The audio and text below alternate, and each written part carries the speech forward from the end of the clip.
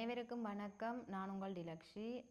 அதாவது கொழும்பு பம்பலப்பிட்டியில் காணப்படுகின்ற ஒரு பிரபல உணவகத்தில் ஒருவருக்கு பரிமாற்றப்பட்ட உணவில் பாம்பு குட்டி காணப்பட்டதாக அந்த உணவை உட்கொண்டவர் அதனை காணொளியாக பதிவு செய்து இந்த சமூக வலைத்தளங்களில் வெளியிட்டிருக்கிறார். இந்த காணொளி மிக வேகமாக பரவி அது பல்வேறு சர்ச்சைகளை ஏற்படுத்தி இருக்கின்றது. இது தொடர்பாக விரிவாக பார்க்கலாம். அதாவது இது உண்மையா இல்லையா என்பது தொடர்பாக விரிவாக பார்க்கலாம்.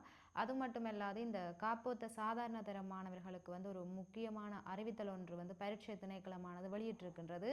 அது தொடர்பாகவும் இந்த பாடசாலை விடுமுறை அது மட்டுமல்லாது இந்த பாடசாலை மீள ஆரம்பிப்பது குறித்து நாங்கள் விரிவாக பார்க்கலாம். என்னுடைய சேனலை நீங்கள் இப்போ தான் ஃபர்ஸ்ட் டைம் பார்க்குறீங்கன்னு சொன்னால் என்னுடைய சேனலை சப்ஸ்கிரைப் பண்ணிக்கொள்ளுங்கள்.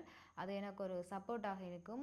அதாவது கொழும்பு பம்பலப்பட்டியில் காணப்படுகின்ற ஒரு பிரபல உணவகத்தில் ஒருவர் உணவு உட்கொள்ள செல்லும் பொழுது அவருக்கு பரிமாற்றப்பட்ட உணவில் பாம்பு குட்டியினுடைய தலை போன்று ஒரு துண்டானது காணப்பட்டதாக இந்த உணவு உட்கொள்ள சென்றவர் அதனை காணொளியாக பதிவு செய்து சமூக வலைத்தளத்தில் வெளியிட்டிருந்தார். இது தொடர்பாக அந்த உணவகத்தினர் கருத்து தெரிவிக்கும் பொழுது, அதாவது இவ்வாறான சம்பவத்தை அந்த உணவகம் முற்றுமுழுதாக நிராகரித்திருக்கின்றது. அதாவது இவ்வாறான தவறுகள் எங்களுடைய உணவகத்தில் நடப்பதற்கான வாய்ப்புகள் இல்லை. ஒவ்வொரு செயற்பாடுகளும் மிகவும் கண்ணும் கருத்துமாக செயற்படுவதாக அவர்கள் தெரிவித்திருக்கிறார்கள். அது மட்டுமல்லாது இந்த இவ்வாறான பிரச்சனையை அடுத்து பொது சுகாதார பரிசோதகரும் அங்கு சென்று ஆராய்ச்சியினை மேற்கொண்டிருக்கின்றார். அது மட்டுமல்லாது இந்த காணொளியை எடுத்தவர் ஒரு சமூக வலைத்தள பிரபலர். அது மட்டுமல்லாது அவர் லைக்ஸ் அண்ட் வியூஸுக்காக இவ்வாறான செயற்பாடுகளை செய்திருக்கலாம் என்று அங்கு அதாவது அந்த உணவகத்தில் காணப்பட்ட வாடிக்கையாளர்கள் கருத்துக்களை தெரிவித்திருக்கிறார்கள். எனினும் இது எந்த அளவுக்கு உண்மை என்பது தெரியவில்லை. அதாவது உணவகத்தினர் தங்கள் பக்கம் இருக்கின்ற நியாயத்தினை நிரூபிப்பதற்கு இவ்வாறு கூறுகின்றனர். அது மட்டுமல்லாது அங்கு உணவு உட்கொள்ள சென்றவர் இவ்வாறான ஒரு காணொளியை எடுத்து பதிவேற்றிருக்கின்றார். பொறுத்திருந்து பார்ப்போம். இந்த செயற்பாடு தொடர்பாக இதுவரை யாரும் வழக்கு தாக்கல் செய்யவில்லை. இருப்பினும் சமூக வலைத்தளங்களில் வெளியான காணொளியை தொடர்ந்து போலீசார் விசாரணையை மேற்கொண்டிருக்கின்றனர். பொறுத்திருந்து பார்ப்போம் இது யார் பக்கம் தவறு யார் பக்கம் சரி என்று. இருப்பினும் இந்த உணவகங்களுக்கு உணவருந்த செல்லுகின்றவர்களுக்கு ஒரே ஒரு தகவல் மட்டும் நான் இந்த இடத்துல சொல்லிக்கொள்ள விரும்புகிறேன். அதாவது நீங்கள் உணவுகளை உட்கொள்ளும் பொழுது மிக மிக அவதானத்துடன் இருங்கள். அது உங்களுடைய உடல் ஆரோக்கியத்திற்கு நல்லது. அது மட்டுமல்லாது இந்த பாடசாலைகள் விடுமுறை குறித்து ஒரு முக்கியமான ஒரு தகவல் ஒன்று.